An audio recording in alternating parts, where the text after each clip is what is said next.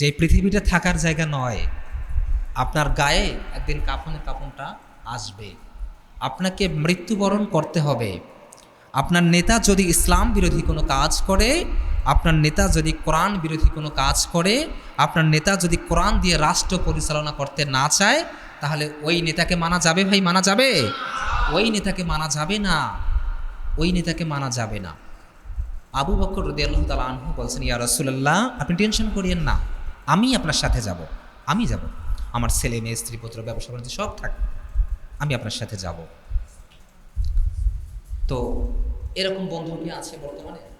বলবে যে ঠিক আছে বন্ধু, তুমি যাও, মেসেঞ্জার তো আছে, ফোন দিও, ভিডিও কল দিও, হোয়াটসঅ্যাপ আছে, হ্যাঁ আমরা ভিডিও কথা বলবো, কিন্তু আমি আমার স্ত্রী পুত্র ছেড়ে, আমার টাকা পয়সা ব্যবসা বাণিজ্য মেইল ফ্যাক্টরি বাড়ি গাড়ি এগুলো ছেড়ে কি আমি যাব বন্ধুর সাথে? যাব না আমরা। তিনি কেমন বন্ধু ছিলেন? তিনি বলেছেন, ইয়া রাসূলুল্লাহ, আপনি টেনশন করবেন না, আমি আপনার সাথে যাব। আল্লাহ নবী 6 মাস আগে কথাটা বলেছেন যে আবু বকর হিজরত করতে হবে, তখন তিনি বলেছেন, হ্যাঁ আমি আপনার সাথে যাব। প্রিয় ভাইরা আমার, 6 মাস পরে একদিন রাতের বেলা বিশ্বনবী এসে শুধু সালাম দিয়েছেন। রাতের আধারে বিশ্বনবী এসে সালাম দিয়েছেন, সালাম দেওয়ার সাথে সাথেই আবু বকর তিনি রুম থেকে বের হয়ে গিয়েছেন। বলা হলো, কি ব্যাপার, তুমি ঘুমাও নাই? ইয়া রাসূলুল্লাহ, আমি কিভাবে ঘুমাবো? আপনি যেদিন আমাকে বলেছেন হিজরত করতে হবে, সেদিন থেকে এক মুহূর্তের জন্য আমার পিঠটা আমি বিছানায় লাগাই নাই। কারণ হলো, আমি যদি ঘুমিয়ে থাকি আর আপনি এই সময় যদি আমার কাছে এসে আমাকে ডাকেন, আপনার তো দাঁড়িয়ে থাকতে হবে, আপনার তো অনেক কষ্ট হবে। তো আমি আবু বকর চাই না আপনি আমার জন্য দাঁড়িয়ে থাকেন। আপনি আমাকে 6 মাস আগে বলেছেন, ওই 6 মাস আগেই আমি রেডি হয়েছি, আমি প্রস্তুত হয়ে গিয়েছি যে আপনি কখন আমাকে ডাকবেন, আপনার ডাকের সাথে সাথে সাড়া দিয়ে আমি আপনার সাথে চলে যাব, আমি সাথে সাথে যাব। আপনি 6 মাস আগে আমাকে বলেছেন, আমি ঘুমাই নেই ইয়া রাসূলুল্লাহ, আমি এক মুহূর্তের জন্য ঘুমাই নেই, আমার পিঠটা আমি বিছানায় লাগাই নাই।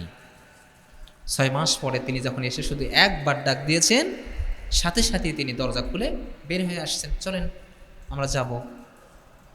আম্মাজান আয়েশা রাদিয়াল্লাহু তাআলা আনহা তিনি বললেন যে আমার বাবা আবু বকর রাদিয়াল্লাহু তাআলা আনহু তিনি যখন যাচ্ছিলেন, তখন তার চোখ দিয়ে পানি পড়ছিল, পানি ঝরছিল, অজস্র ধরে পানি ঝরছিল।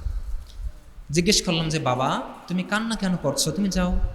তখন আমার বাবা বলেছে যে মা, এটা তো দুঃখের কোনো কান্না নয়, আমি তোমাকে ফেলে যাচ্ছি, তোমার মাকে ফেলে যাচ্ছি, আমার ব্যবসা বাণিজ্য সব কিছু ফেলে যাচ্ছি, এই কারণে আমি কান্না করছি না, এটা হচ্ছে আমার সুখের কান্না। আমি আমার প্রিয় মানুষটার সঙ্গে হিজরত করতে পারছি, তার সঙ্গে যেতে পারছি, এটা হচ্ছে আমার সুখের কান্না, এটা আমার দুঃখের কান্না নয়। সুবহানাল্লাহি বিহামদিহি। প্রিয় ভাইয়ের আমার, এরপরে তারা রওনা দিয়েছেন। এদিকে মক্কার কাফের মুশরিকরা তারা তো বুঝতে পেরেছে যে আল্লাহর নবী তিনি হিজরত করেছেন, তিনি এখান থেকে বের হয়েছেন আবু বকরের সাথে। আমার ভাইয়েরা, তারা তাদের পিছু নিয়েছেন যে যে কোনোভাবেই হোক আল্লাহর নবীকে যেখানেই পাবো তাকে হত্যা করে ফেলবো। তারা তাদের পায়ের ছাপ ছিল মরুভূমির মধ্যে বালু, পায়ের ছাপ অনুসরণ করে করে তারা পিছু পিছু যাচ্ছেন। আমার বন্ধুগণ, দীর্ঘক্ষণ চলার পরে আল্লাহর নবী তিনি ক্লান্ত হয়ে গেলেন। তিনি বললেন যে আবু বকর, আমি আর পারছি না, একটু রেস্ট করতে হবে, আশেপাশে দেখো কোনো জায়গায় আছে কিনা, আমরা একটু রেস্ট করবো, রেস্ট করার পরে তারপরে আমরা সামনে যাব। আমার বন্ধুগণ, আবু বকর রাদিয়াল্লাহু তাআলা আনহু তিনি বললেন, হ্যাঁ এই তো সামনে একটি আমরা গুহা দেখতে পাচ্ছি, গাড়ি সুর, এই গুহার মধ্যে আমরা অবস্থান করব। কতটা ভালোবাসা বিশ্বনবীর জন্য! আমার বন্ধুগণ, আবু বকর রাদিয়াল্লাহু তাআলা আনহু তিনি চিন্তা করলেন, আমার পয়গম্বর উনি তো অনেক ক্লান্ত হয়েছেন, তার তো অনেক কষ্ট হবে, তিনি ওই পাহাড়ে কিভাবে উঠবেন, ওই গুহার মধ্যে তিনি কিভাবে যাবেন। তাই তিনি বলেন, ইয়া রাসূলুল্লাহ, আপনি আমাকে পালকি হিসেবে ব্যবহার করুন, আমি বসে যাচ্ছি, আমি নিচু হচ্ছি, আপনি আমার কাঁধের উপরে ওঠেন, আমি আপনাকে সেই গুহা পর্যন্ত নিয়ে যাচ্ছি। গুহা পর্যন্ত নিয়ে গিয়েছেন, আগেই প্রবেশ করতে দিচ্ছেন না। তিনি বলতেছেন, ইয়া রাসূলুল্লাহ, এটা তো একটা পরিত্যক্ত গুহা, এখানে তো কোনো মানুষ বসবাস করে না, আপনি আগে প্রবেশ করবেন না। এই গুহার মধ্যে আমি আগে প্রবেশ করব, সেখানে যদি কোনো প্রাণী থাকে, হিংস্র কোনো প্রাণী থাকে কিংবা কোনো সাপ যদি থাকে, তাহলে আমাকে দংশন করুক, কোনো সমস্যা নেই। কিন্তু আমি বেঁচে থাকবো, আপনার কোনো সমস্যা হবে, আপনার গায়ে একটা ফুলের আসর পড়বে, এটা আমি আবু বকর কখনো সহ্য করতে পারবো না। আমি আগে গুহায় প্রবেশ করব, আমি দেখি ঠিক আছে কি না, যদি আমার মৃত্যু হয় হোক, কিন্তু আপনাকে বেঁচে থাকতে হবে। ইয়া রাসূলুল্লাহ, আপনি এখানে থাকেন, আপনি এখানে থাকেন। এরপরে তিনি গুহার ভিতরে প্রবেশ করেছেন। প্রবেশ করার পরে তিনি সব কিছু ঠিক করে বিছানা করে আল্লাহর নবীকে বলেছেন, ইয়া রাসূলুল্লাহ, আপনি এখন আসতে পারেন, আপনি গুহার ভিতরে প্রবেশ করুন। গুহার ভিতরে প্রবেশ করেছেন। প্রবেশ করার পরে বলছেন যে, আবু বকর বন্ধু, আমি তো অনেক ক্লান্ত, আমি একটু রেস্ট করব। ইয়া রাসূলুল্লাহ, হ্যাঁ আমি বসে আছি, আপনি আমার উরুর উপরে আপনার মাথাটা দেন। সুবহানাল্লাহ বিহামদিহি, সেই কত দামি সেই উরু আর কত দামি সেই মাথা। আমি বসে আছি, আপনি আপনার মাথাটা আমার উরুর উপরে দেন, দিয়ে আপনি একটু রেস্ট করেন, একটু ঘুমান। আল্লাহ নবী সেই উরুর উপরে মাথাটা রেখে ঘুমিয়েছেন। এদিকে আবু বকর রাদিয়াল্লাহু তাআলা আনহু ফলো করলেন যে গুহার মধ্যে কিছু ছিদ্র দেখা যাচ্ছে, কিছু ছিদ্র দেখা যাচ্ছে। তিনি চিন্তা করলেন যে এই ছিদ্রগুলোর থেকে তো সাপও বের হতে পারে। তাই তার যে ড্রেস ছিল, পোশাক ছিল, সেই পোশাক ছিঁড়ে ছিঁড়ে তিনি ছিদ্রগুলো বন্ধ করে দিচ্ছেন। এদিকে তার ফ্যামিলি ছেড়ে আসছেন, আর কখনো আসা হবে কিনা উনি জানেন না। কলিজার টুকরার সন্তান আয়েশা রাদিয়াল্লাহু তাআলা আনহাকে ছেড়ে আসছেন, কখনো দেখা হবে কিনা উনি জানেন না। ওনার ব্যবসা বাণিজ্য, টাকা পয়সা সব কিছু ছেড়ে চলে আসছেন। প্রিয় মানুষটাকে তার উরের উপরে রেখেছেন, আপনি ঘুমান। এখন ছিদ্র দিয়ে সাপ বের হতে পারে, এই কারণে তিনি তার জামা ছিঁড়ে ছিঁড়ে ছিদ্রগুলো বন্ধ করে দিচ্ছেন। ছিদ্র বন্ধ করেছেন, সবশেষে দেখা গেল যে সামনের দিকে একটা ছিদ্র এখনও আছে, কিন্তু ওটা কীভাবে বন্ধ করবেন, কোনো কিছু খুঁজে পাচ্ছেন না। এরপরে তিনি তার পা দিয়ে সেই ছিদ্রটা বন্ধ করে ফেলেছেন। সেই ছিদ্রের ভিতরে একটা বিষাক্ত সাপ ছিল। ওই সাপটা তার পায়ের মধ্যে দংশন করেছে। পায়ের মধ্যে যখন সাপ দংশন করেছে, পুরো শরীর ব্যথা, প্রচণ্ড ব্যথা, যন্ত্রণা শুরু হয়েছে। উনি বলতে পারছেন না, ইয়া রাসূলুল্লাহ সাপে কেটেছে, আপনি একটু উঠুন। উনি কান্নাও করতে পারছেন না জোরে, যে কান্না করলে আল্লাহ নবীর তো ঘুম ভেঙে যাবে, না কান্না করবো না, আমার কষ্ট হোক। তিনি যন্ত্রণায় তার চোখ দিয়ে পানি পড়ছে, সেই পানি আল্লাহ নবীর চেহারা মোবারকের মধ্যে পড়েছেন। তখন তিনি ঘুম থেকে উঠেছেন। কি ব্যাপার, কি হয়েছে, তোমার চোখে পানি এরকম কেন? ইয়া রাসূলুল্লাহ, আমায় বোধহয় সাপে কেটেছে। পরে আল্লাহ নবী তার থুতু মোবারক ওই জায়গার মধ্যে লাগাই দিয়েছেন, সাথে সাথেই আবু বকর রাদিয়াল্লাহু তাআলা আনহু সুস্থ হয়েছেন। সুবহানাল্লাহি বিহামদিহি। প্রিয় ভাইরা আমার, তাফসীরের মধ্যে এসেছে যে সাপটা দংশন করেছিল আল্লাহ রাব্বুল আলামিন, ওই গুহার সাপটার জবান খুলে দিয়েছেন। ওই সাপটা ওই ছিদ্র দিয়ে বের হয়ে তিনি সালাম জানিয়েছেন, বলেছেন, ইয়া রাসূলুল্লাহ, আমার দোষ কোথায়? আমি তো বিগত 100 বছর যাবৎ অপেক্ষা করছি, আমি কখন আপনার চেহারাটা দেখব। ইয়া রাসূলুল্লাহ, আমি তো 100 বছর যাবৎ অপেক্ষা করছি, আপনার নুরানি চেহারাটা আমি কখন দেখব। আপনি যখন আমার গুহার মধ্যে প্রবেশ করেছেন, এমন সময় আমি গুহার থেকে বের হব, এমন সময় দেখলাম আপনার আবু বকর পা দিয়ে রেখেছে, সে বাধা দিচ্ছে, আপনাকে দেখতে দিচ্ছে না। এই কারণে আমি তার পায়ের মধ্যে দংশন করেছি। ইয়া রাসূলুল্লাহ, আপনি আমাকে ক্ষমা করে দিবেন। আমার বন্ধুগণ, এই হচ্ছে আবু বকর রাদিয়াল্লাহু তাআলা আনহু। আমার ভাইয়েরা, আম্মাজান আয়েশা রাদিয়াল্লাহু তাআলা আনহা, তিনি একদিন খোলা আসমানের নিচে বসে আছেন। আমাদের বাংলাদেশের মধ্যে আসমানটা আমরা দেখি, আমরা তো আসমানটা পুরোপুরি দেখতে পারি না, মেঘের কারণে দেখতে পারি না, পুরোপুরি দেখতে পারি না আমরা। কিন্তু সৌদি আরবের মধ্যে পুরো আসমান আপনি দেখতে পারবেন, একদম ক্লিন, একদম পরিষ্কার। আমার ভাইয়েরা, আম্মাজান আয়েশা রাদিয়াল্লাহু তাআলা আনহা, তিনি খোলা আসমানের নিচে বসে আছেন, আর আসমানের মধ্যে তিনি তারকারাজিগুলো দেখছেন, কোটি কোটি তারকা দেখা যাচ্ছে। তিনি বলছেন, ইয়া রাসূলুল্লাহ, এই যে আসমানের মধ্যে কোটি কোটি তারকা দেখা যাচ্ছে, ইয়া রাসূলুল্লাহ, আসমানের মধ্যে কোটি কোটি তারকা দেখা যাচ্ছে, আপনার কাছে আমি জানতে চাই, আপনি আমাকে বলুন যে আপনার এমন কোনো সাহাবী আছে নাকি যার আমল এই কোটি কোটি তারকার চেয়ে অনেক বেশি? আমার ভাইয়েরা, আয়েশা তো জানেন যে শ্রেষ্ঠ সাহাবী হচ্ছেন আমার বাবা। আমার বন্ধুগণ, কোনো মেয়ে যদি তার স্বামীর কাছে, তার হাজব্যান্ডের কাছে যদি বাবার প্রশংসা শোনে, তাহলে কিন্তু ওই মেয়েটা অনেক খুশি হয়। আয়েশা তো জানেন যে আমার বাবা তো শ্রেষ্ঠ মানব, নবী রাসূলদের পরে তিনি তো শ্রেষ্ঠ মানুষ, তিনি তো নাম্বার ওয়ান, তার রোল তো এক।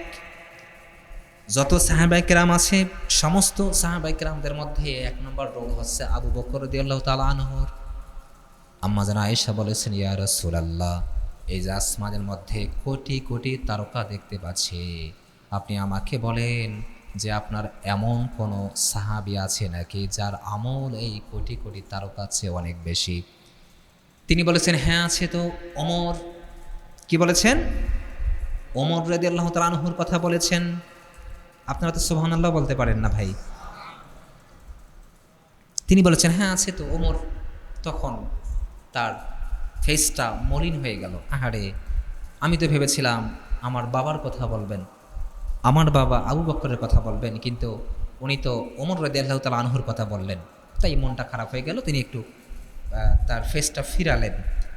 তখন আল্লাহর নবী বললেন, আয়েশা, তুমি কি মন খারাপ করছো? শোনো, তুমি আমাকে বলেছ যে আসমানের মধ্যে কোটি কোটি তারকা দেখা যাচ্ছে, এই তারকাগুলো চেয়েও এমন কোনো সাহাবায়ে কেরাম আছে কিনা যার আমল তারকার চেয়ে অনেক অনেক গুণ বেশি? আমি তোমাকে বললাম সেই সাহাবী হচ্ছে ওমর। কিন্তু তুমি আমার আবু বকরের কথা শুনবা না? এই পৃথিবীতে যত মানুষ আছে, আমার যত উম্মত আছে, তাদের সারা জীবনের সমস্ত নেক আমল যদি এক পাল্লায় দেওয়া হয়, আর আমার আবু বকরের আমল যদি এক পাল্লায় দেওয়া হয়, আমার আবু বকরের নেকের পাল্লাটাই ভারী হয়ে যাবে। সুবহানাল্লাহি ওয়া বিহামদিহি। তার মানে উম্মত, উম্মত বলতে উম্মতের মধ্যে ওমর রাদিয়াল্লাহু তাআলা আনহু আছেন, আছেন না? তার কাছে ওমরের আমল অনেক বেশি। কিন্তু পৃথিবীতে যত উম্মত আছে, তাদের সারা জীবনের নেক যদি এক পাল্লায় দেওয়া হয়, আর আমার আবু বকরের আমল যদি আর এক পাল্লায় দেওয়া হয়, আমার আবু বকরের নেকের পাল্লাটাই সুবহানাল্লাহি বিহামদিহি, সুবহানাল্লাহি বিহামদিহি। প্রিয় ভাইয়েরা আমার, যখন হেরা ওই গুহার মধ্যে ছিলেন, গারে সুরের মধ্যে যখন ছিলেন, এদিকে পিছনে তো কাফের মুশরিকরা পিছু নিয়েছে। আমার বন্ধুগণ, কাফের মুশরিকরা এমন জায়গা পর্যন্ত এসেছে, নিচে গুহা দেখা যাচ্ছে, নিচে আল্লাহর নবী বসে আছেন, হযরতে আবু বকর রাদিয়াল্লাহু তাআলা আনহু বসে আছেন। আবু বকর রাদিয়াল্লাহু তাআলা আনহু তিনি তো টেনশন করছেন, টেনশন করতে করতে কান্না করে ফেলছেন যে, ইয়া রাসূলুল্লাহ, ওই যে মক্কার কাফের মুশরিকরা আপনাকে কতল করার জন্য এখানে আসছে, তারা তো সংখ্যায় অনেক বেশি, আমি একাই তো প্রোটেক্ট করতে পারবো না, আমি একাই তো আপনাকে বাঁচাতে পারবো না, আমার তো টেনশন হচ্ছে। তারা যদি কোনো রকমভাবে তাদের পায়ের দিকে তাকায়, তাহলে তো তারা আমাদেরকে দেখে ফেলবে। আমার বন্ধুগণ, ওই সময় আল্লাহ নবী আবু বকর রাদিয়াল্লাহু তাআলা আনহুকে বলেছেন, আবু বকর শোনো, তুমি টেনশন করো না, লা তাহজান ইন্নাল্লাহা মা'ানা। ও আবু বকর, তুমি টেনশন করো না, তুমি চিন্তিত হয়ো না, এই গুহার মধ্যে শুধু তুমি আর আমি না, এখানে আরও একজন আমাদের সাথে আছেন। চিৎকার করে বলেন, তিনি কে? তিনি কে? তিনি হচ্ছেন আল্লাহ। আবু বকর, তুমি টেনশন করো না, এখানে শুধু আমরা দুজন না, লা তাহজান, তুমি চিন্তিত হয়ো না, ইন্নাল্লাহা মা'ানা, নিশ্চয়ই আমাদের সাথে আরও একজন আছেন। তিনি কে ভাই? তিনি হচ্ছেন আল্লাহ। আল্লাহ তো টেনশন কিসের? টেনশন করো না। এভাবেই আবু বকর রাদিয়াল্লাহু তাআলা আনহু তিনি ছিলেন নবী রাসূলদের পরেই শ্রেষ্ঠ একজন মানুষ, শ্রেষ্ঠ মানব। আল্লাহ নবীর যত সাহাবায়ে কেরাম ছিলেন, তাদের মধ্যে তিনি ছিলেন কি নাম্বার ওয়ান। তার রোল ছিল কত? এক রোলের অধিকারী ছিলেন তিনি। প্রিয় ভাইয়েরা আমার, আবু বকর রাদিয়াল্লাহু তাআলা আনহু এবং হজরতে ওমর রাদিয়াল্লাহু তাআলা আনহু, ওনারা দুজন, যত সাহাবায়ে কেরাম ছিলেন তারা সবাই আমল করতে গিয়ে তারা আমলের জন্য তারা কম্পিটিশন করতেন যে কার চেয়ে কার আমল ভালো, কার চেয়ে কে বেশি আমল করতে পারে। আমার ভাইয়েরা, আল্লাহর নবী একদিন তাবুকের যুদ্ধে যাবেন। যুদ্ধের আগে বললেন যে শোনো সাহাবায়ে কেরাম, আমরা যুদ্ধে যাব, তোমাদের যা কিছু আছে তোমরা দান করো, তোমাদের সামর্থ্য অনুযায়ী যে যতটুকু পারো এখানে দান করো, আমি একটা রুমাল বিছিয়ে দিলাম, তোমরা দান করো। আমার ভাইয়েরা, যত সাহাবায়ে কেরাম ছিলেন তাদের সাধ্যমতো তারা প্রত্যেককে দান করেছেন। কিন্তু আবু বকর রাদিয়াল্লাহু তাআলা আনহু এখন পর্যন্ত তিনি আসেন নাই। আল্লাহ নবী বলেন, আমার আবু বকর কোথায়? একজন বলেন, ইয়া রাসূলুল্লাহ, ওই যে একটি খেজুর গাছ দেখা যাচ্ছে, ওই খেজুর গাছের পাশেই আবু বকর রাদিয়াল্লাহু তাআলা আনহু দাঁড়িয়ে আছেন, তিনি সামনে আসছেন না। পয়গম্বর বলেন, আবু বকর তুমি কেন আসছো না? ইয়া রাসূলুল্লাহ, আমার তো লজ্জা হচ্ছে, তুমি সামনে আসো। আবু বকর রাদিয়াল্লাহু তাআলা আনহু যখন সামনে এসেছেন, আবু বকর রাদিয়াল্লাহু তাআলা আনহু সেই রুমালের উপরে ছোট্ট একটা পুটলি দিয়েছেন। পুটলিটা খোলার পরে দেখা গেল সেই পুটলির ভিতরে একটা পানি খাওয়ার একটা গ্লাস ছিল, একটা ছেঁড়া পোশাক ছিল, আর একটা ভাঙা প্লেট ছিল। আমার ভাইয়েরা, বিশ্বনবী সাহাবায়ে কেরামদেরকে বললেন, তোমরা কে কে দিয়েছো বলো। উসমান রাদিয়াল্লাহু তাআলা আনহু বলছেন, ইয়া রাসূলুল্লাহ, আল্লাহ পাক আমাকে যে সম্পদ দিয়েছেন এই সম্পদগুলোকে আমি 4 ভাগে বিভক্ত করেছি। তিনি তো অনেক সম্পত্তির মালিক ছিলেন, যে আল্লাহ রাব্বুল আলামিন আমাকে যে সম্পদ দিয়েছেন এই সম্পদগুলো আমি 4 ভাগে বিভক্ত করেছি। 4 ভাগে বিভক্ত করে 3 ভাগ সম্পদ আমি বাসায় রেখে এসেছি, আর 1 ভাগ সম্পদ আমি এখানে নিয়ে এসেছি, দান করে দিলাম। ওমর, তুমি কি নিয়ে এসেছো? ইয়া রাসূলুল্লাহ, আল্লাহ পাক আমাকে যে সম্পদ দিয়েছেন এই সম্পদগুলো আমি 2 ভাগে বিভক্ত করেছি। 1 ভাগ সম্পদ বাসায় রেখে এসেছি, আর 1 ভাগ সম্পদ আমি এখানে দান করে দিয়েছি। এভাবে প্রত্যেকেই প্রত্যেকের কথা বলছে। এরপরে আবু বকরকে বলা হলো, আবু বকর তুমি বাসায় কি রেখে এসেছ? প্রশ্নের ধরনটা একটু পরিবর্তন হয়েছে। আমার বন্ধুগণ, আবু বকর রাদিয়াল্লাহু তাআলা আনহু তিনি কান্না করতে করতে বললেন, ইয়া রাসূলুল্লাহ, আমি আমার বাসার মধ্যে ইম্পর্ট্যান্ট গুরুত্বপূর্ণ 2টা জিনিস রেখে এসেছি। একটা হলো আমার আল্লাহ, আর একজন হলো আমার রাসূল। আমি আমার বাসায় আমার আল্লাহ এবং আমার রাসূলকে রেখে এসেছি, আর যা কিছু ছিল সব কিছু আমি এখানে দান করে দিয়েছি। আমার বাসায় শুধু আমার আল্লাহ আর রাসূলকে রেখে আসছি, বাসায় কিচ্ছু নাই। 1 মুঠ গম ছিল, 1 মুঠ জবের দানা ছিল, 1 মুঠ জবের দানাও নিয়ে আসছি, ছেঁড়া একটা পোশাক ছিল এটাও নিয়ে আসছি, একটা গ্লাস ছিল পানি খাওয়ার সেটাও নিয়ে আসছি, একটা ভাঙা প্লেট ছিল সে প্লেটটাও নিয়ে আসছি, বাসায় কিচ্ছু রাখি নেই, সব নিয়ে আসছি। তখন ওমর রাদিয়াল্লাহু তাআলা আনহু চিন্তা করলেন, আজ বোধহয় আমি আবু বকরকে হারাতে পারবো, কারণ আমি তো আমার সম্পদের অর্ধেকটা নিয়ে আসছি, অর্ধেকটা রেখে আসছি, অনেক সম্পদ নিয়ে আসছি আমি। তারা তো কম্পিটিশন করতেন, কার চেয়ে কার মানে কে বেশি আমল করতে পারে, প্রতিযোগিতা করতেন। তো আল্লাহ নবী বললেন যে আজকেও আবু বকরকে তোমরা কেউ হারাতে পারো নাই, কারণ আবু বকরের যা ছিল সব নিয়ে আসছে, তার বাসায় কিচ্ছু রেখে আসে নাই, তার বাসায় শুধু তার আল্লাহ এবং রাসূলকে রেখে আসছে। এই হচ্ছেন ভাই আবু বকর রাদিয়াল্লাহু তাআলা আনহু। আল্লাহ নবী যখন ইন্তেকাল করেছেন, ইন্তেকালের পর রাষ্ট্র কে পরিচালনা করবেন, রাষ্ট্রের প্রধান কে হবেন, প্রেসিডেন্ট কে হবেন, সবাই সিদ্ধান্ত নিল যে আবু বকর রাদিয়াল্লাহু তাআলা আনহুকেই আমরা রাষ্ট্রনায়ক বানাবো, তিনি হবেন রাষ্ট্রের প্রধান, তিনি হবেন প্রাইম মিনিস্টার, তিনি হবেন খলিফা। ওনাকে দায়িত্ব দেয়া হলো।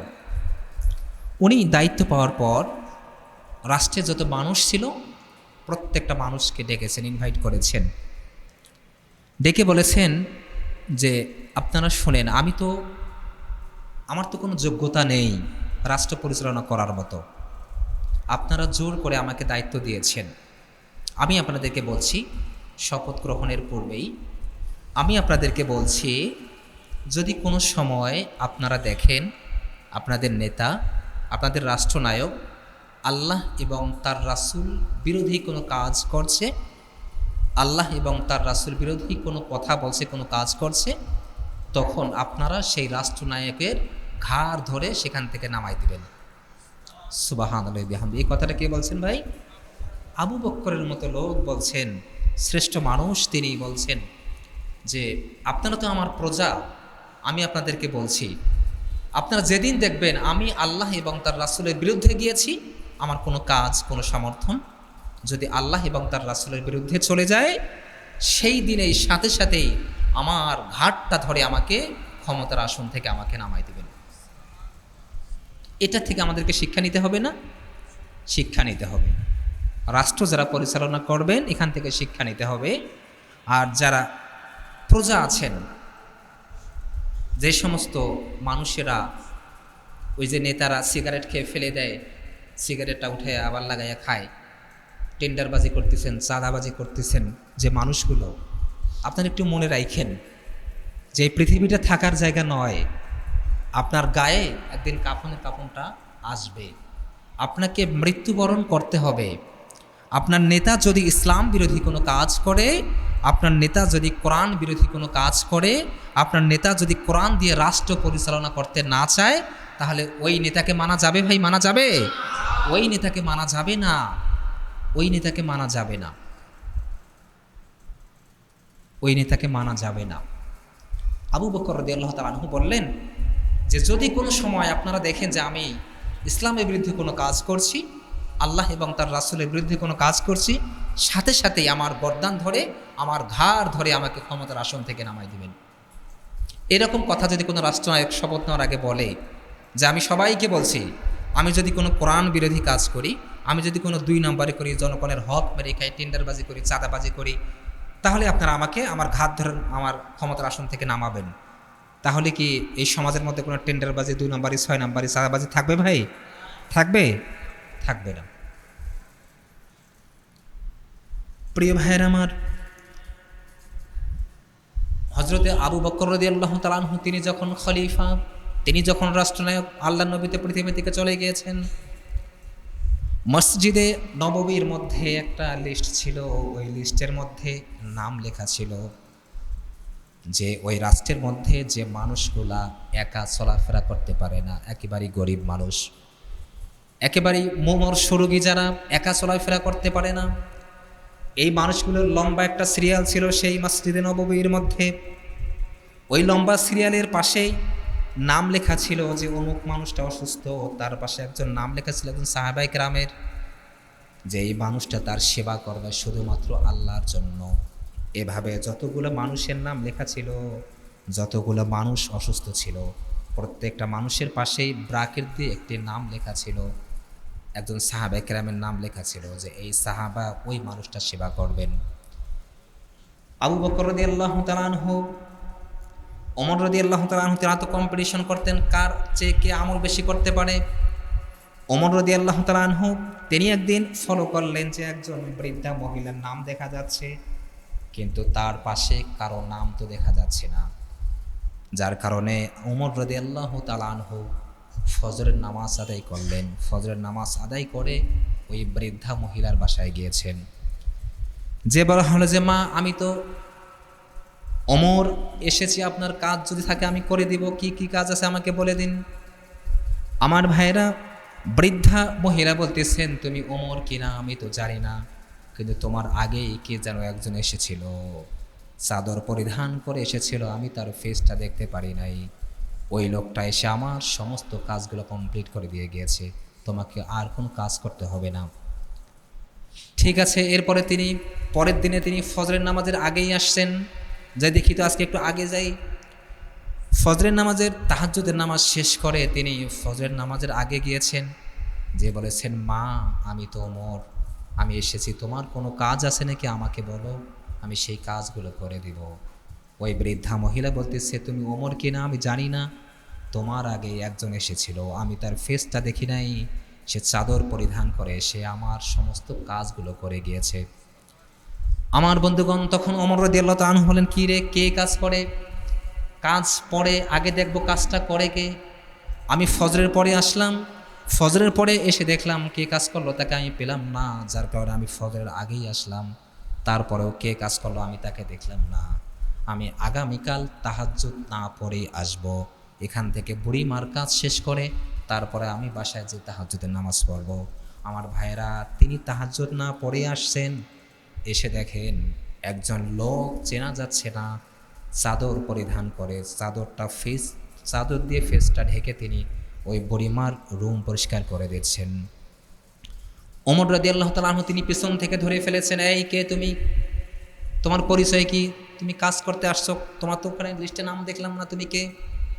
তিনি যখন চাদরটা সরিয়েছেন, চাদরটা সরানোর পরে তিনি আর সহ্য করতে পারলেন না যে মানুষটা বুড়িমার রুম পরিষ্কার করতে এসেছে ওই মানুষটা সাধারণ কোনো মানুষ ছিল না, ওই মানুষটা ছিল ওই সময়ের বাদশাহ, ওই সময়ের রাষ্ট্রনায়ক, যার নাম হলো আবু বকর সিদ্দিক রাদিয়াল্লাহু তাআলা আনহু। একজন রাষ্ট্রনায়ক, একজন রাষ্ট্রনায়ক, তিনি তাহাজ্জুদের নামাজের আগেই গিয়েছেন, তার একজন বৃদ্ধা, একজন প্রজা অসুস্থ, তার রুম পরিষ্কার করে দেওয়ার জন্য আসছেন, তার রুম পরিষ্কার করার জন্য আসছেন ভাই, একজন রাষ্ট্রনায়ক। এটা হচ্ছে ভাই ইসলাম। ইসলাম যদি ক্ষমতায় আসে, আপনি যে কতটা সুখ পাবেন, কতটা সুখের মধ্যে থাকবেন, কতটা শান্তির মধ্যে থাকবেন, আপনি কল্পনাই করতে পারবেন না যদি কোরআন দিয়ে রাষ্ট্রটা পরিচালনা করা হয়। চিন্তা করেন, একজন রাষ্ট্রনায়ক তিনি আসছেন, তাহাজ্জুদের নামাজ না পড়ে যে আমি আগে বুড়িমার কাজ শেষ করব, তার রুম পরিষ্কার করে দিব, সব কিছু পরিষ্কার করে তারপর আমি যে তাহাজ্জুদের নামাজ পড়ব। কে আসছেন ভাই? রাষ্ট্রপ্রধান, তিনি যখন খলিফা। প্রিয় ভাইয়ের আমার, এরপরে একদিন আবু বকর রাদিয়াল্লাহু তাআলা আনহু রাস্তা দিয়ে হাঁটছেন, এমন সময় হজরতে ওমর রাদিয়াল্লাহু তাআলা আনহুর সাথে সাক্ষাৎ। তিনি দেখলেন আবু বকর রাদিয়াল্লাহু তাআলা আনহুর পায়ের মধ্যে কোনো জুতা নেই, খালি পায়ে তিনি হাঁটছেন। আমার বন্ধুগণ, জিজ্ঞেস করা হলো, ভাই কি ব্যাপার, আপনি একজন রাষ্ট্রপ্রধান অথচ আপনার পায়ের মধ্যে কোনো জুতা নেই, আপনি খালি পায়ে কেন হাঁটছেন? তখন তিনি বলতেছেন, ভাই ওমর শোনো, আমি তো কাঠের জুতা পরি, খরম বলা হয় খরম, আমি তো কাঠের জুতা পরি, এই জুতা পরিধান করে যদি আমি রাত্রিবেলা ঘোরাঘুরি করি আর আমার পায়ের শব্দের কারণে আমার যদি একজন প্রজার ঘুমটা ভেঙে যায়, আমার যদি একজন প্রজার ঘুম নষ্ট হয়ে যায়, তাহলে তুমি বলো ওই প্রজা যদি কিয়ামতের ময়দানে আল্লাহকে বলে, আল্লাহ তোমার আবু বকর তো রাষ্ট্রপ্রধান ছিল, তোমার আবু বকর এমনভাবে হাঁটাহাঁটি করেছিল, তার পায়ের শব্দের কারণে আমার ঘুম ভেঙে গিয়েছিল। ওমর তুমি বলো ভাই, এরকম কথা যদি আমার কোনো প্রজা আল্লাহর কাছে বলে, তুমি বলো আমি আবু বকর আল্লাহর কাছে কিভাবে জবাবটা দিব? তিনি বলতেছেন, ভাই আমি তো কাঠের জুতা পরি, এই জুতা পরিধান করে যদি রাত্রে হাঁটাহাঁটি করি, এই যে আমার প্রজারা তারা ঘুমাচ্ছে আরামে, যদি আমার পায়ের শব্দের কারণে তাদের ঘুম ভেঙে যায়, ওই প্রজা যদি আল্লাহকে বলে, আল্লাহ এই তো রাষ্ট্রনায়ক ছিল, তার পায়ের শব্দের কারণে আমার ঘুমটা ভেঙে গিয়েছিল, এখন তুমি তোমার বান্দাকে বলো সে আমার হক আদায় করুক, তাহলে আমি আল্লাহকে কি জবাব দিব? আর এখন যারা রাষ্ট্র পরিচালনা করবেন, ক্ষমতা আসার আগেই পাথর দিয়ে মানুষ মারছেন, কত নির্যাতন, কত নিপীড়ন করছেন। আওয়ামী লীগের কথা বাদেই দিলাম, কি নির্মম। আর তিনি বলছেন, আমার পায়ের শব্দের কারণে যদি একজন প্রজার ঘুম ভেঙে যায়, আমি আমার মালিককে জবাব কিভাবে দিব? কিভাবে জবাব দেব? এটা তো আমি পারবো না। এরপরে এভাবে করে তিনি 2.5 বছর রাষ্ট্র পরিচালনা করেছেন। 2.5 বছর পরে তিনি ইন্তেকাল করেছেন। ওনার দেখেন, ওনার সাথে আল্লাহ নবীর কতটা মিল। আল্লাহ নবীর হায়াত ছিল কত বছর ভাই? 63 বছর হায়াত ছিল। 63 বছর হায়াত ছিল ওনার। আবু বকর রাদিয়াল্লাহু তাআলা আনহু আল্লাহ নবীর চেয়ে কত বছরের যেন ছোট ছিলেন? 2.5 বছরের ছোট ছিলেন। তো আল্লাহ নবীর ইন্তেকালের 2.5 বছর পরেই কিন্তু আবু বকর রাদিয়াল্লাহু তাআলা আনহু ইন্তেকাল করেছেন। কতটা মিল! আল্লাহ নবীর ইন্তেকালের 15 দিন পূর্বে প্রচণ্ড জ্বর ছিল শরীরের মধ্যে, প্রচণ্ড জ্বর। আবু বকর রাদিয়াল্লাহু তাআলা আনহুরও ইন্তেকালের 15 দিন পূর্বে তার শরীরের মধ্যে প্রচণ্ড জ্বর ছিল, অনেক জ্বর ছিল। ইন্তেকালের পরে প্রিয় মানুষটা আবু বকর রাদিয়াল্লাহু তাআলা আনহুকে আল্লাহ নবীর ডান পাশে রেখে দেওয়া হয়েছে। আল্লাহ নবী দুনিয়ার মধ্যে বলেছিলেন, আবু বকরকে বলেছিলেন যে, আবু বকর আনতা সাহিবি ফিল গওর অসাহিবি আনাল হাউজ, অর্থাৎ আবু বকর তুমি তো দুনিয়ার মধ্যে আমার সাথে সবসময় আমার পাশে পাশে ছিলা, সবসময় আমার কাছাকাছি ছিলা। সেই গাড়ের সুরের মধ্যে তুমি আমার সাথে ছিলা, সাপ দংশন করেছিল, পুরো শরীরটা নীলাভ হয়েছিল বিষের কারণে, তারপরে তুমি একটু সাউন্ড করে কান্না করো নাই যাতে আমার ঘুমটা ভেঙে যায়। তো তুমি যেমন দুনিয়ার মধ্যে আমার পাশাপাশি ছিলা, আমি তোমাকে কথা দিচ্ছি, আমি তোমাকে হাউজে কাউসারের মধ্যেও তোমাকে আমার পাশেই রেখে দেব। সুবহানাল্লাহি ওয়া বিহামদিহি।